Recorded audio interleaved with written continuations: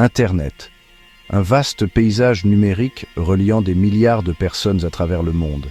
Mais sous la surface, caché des regards indiscrets des moteurs de recherche, se trouve un réseau clandestin, le Darknet.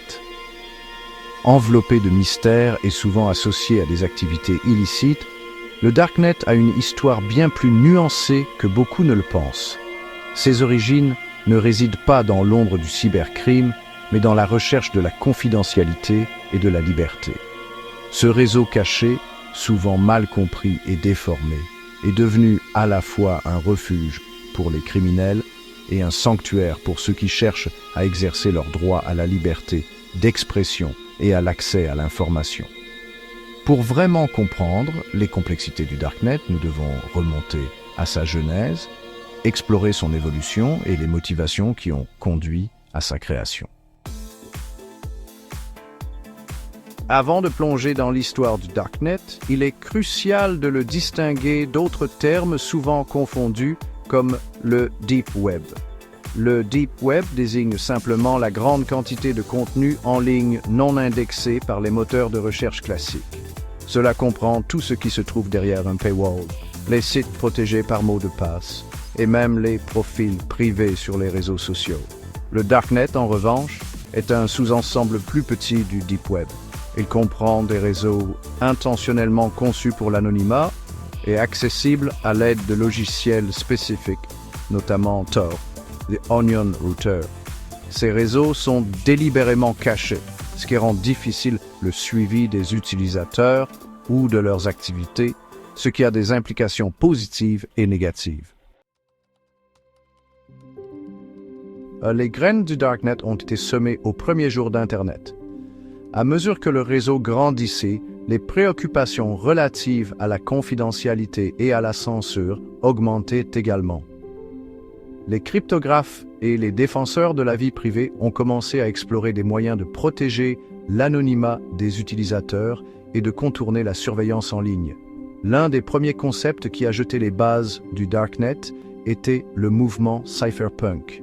Émergeant à la fin des années 1980, ce mouvement prônait l'utilisation d'une cryptographie forte pour protéger la vie privée des individus et promouvoir la liberté d'expression à l'ère numérique.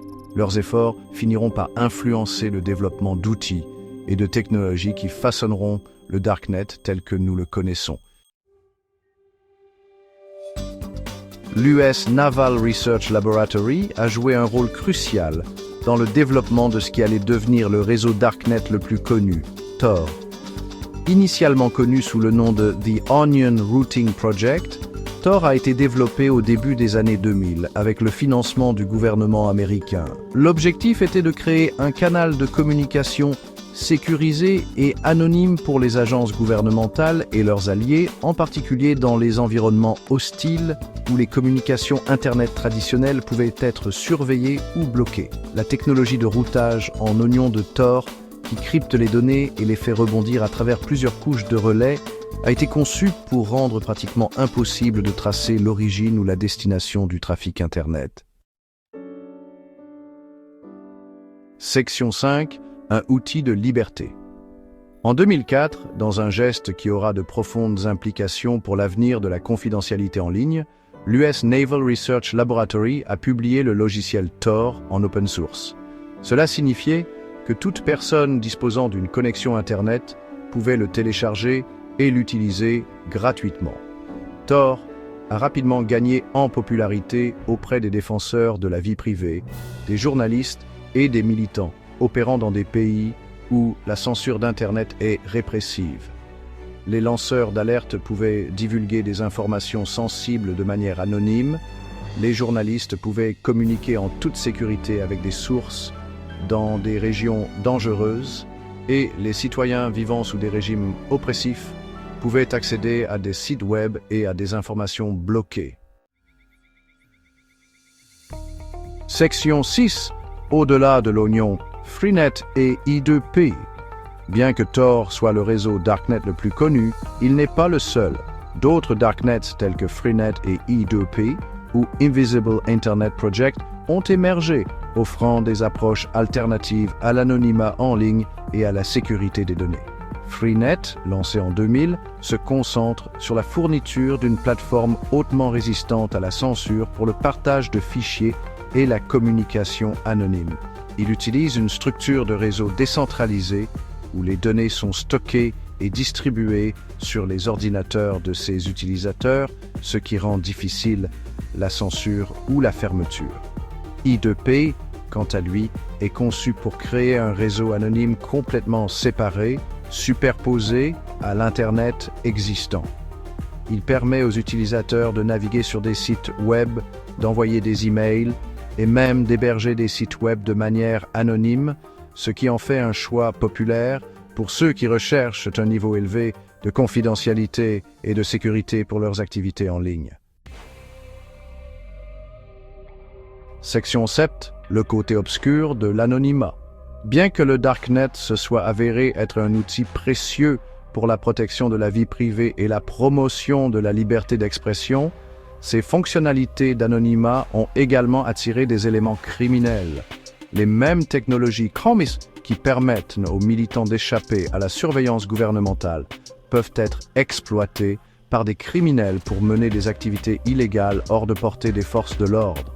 Les marchés Darknet, des sites web cachés proposant des biens et services illicites comme des drogues, des armes et des données volées, ont proliféré ces dernières années. L'anonymat fourni par le Darknet rend difficile la localisation des vendeurs et des acheteurs, ce qui pose des défis importants aux forces de l'ordre du monde entier. Section 8. Une arme à double tranchant. Le Darknet, comme toute technologie puissante, est une arme à double tranchant. Il peut être une force au service du bien, permettant la liberté d'expression, protégeant la vie privée et autonomisant les individus vivant sous des régimes répressifs. Et cependant, il peut également être exploité à des fins néfastes, facilitant les activités criminelles et créant de nouveaux défis pour les forces de l'ordre. Le débat actuel entourant le Darknet met en évidence l'interaction complexe entre sécurité, confidentialité et liberté à l'ère numérique. À mesure que la technologie continue d'évoluer, les défis et les opportunités présentées par le Darknet évolueront également.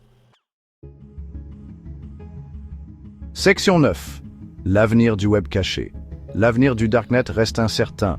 Continuera-t-il d'être un refuge pour les criminels ou son potentiel pour le bien prévaudra-t-il finalement? Une chose est certaine, le besoin de confidentialité et de sécurité en ligne ne fera que devenir plus pressant à mesure que nos vies seront de plus en plus liées au monde numérique. Trouver un équilibre entre la protection des libertés individuelles et la prévention des activités criminelles nécessitera une approche nuancée et évolutive. Alors que nous naviguons dans le paysage complexe de l'ère numérique, le Darknet nous rappelle crûment l'importance de protéger notre vie privée et de lutter pour un Internet libre et ouvert.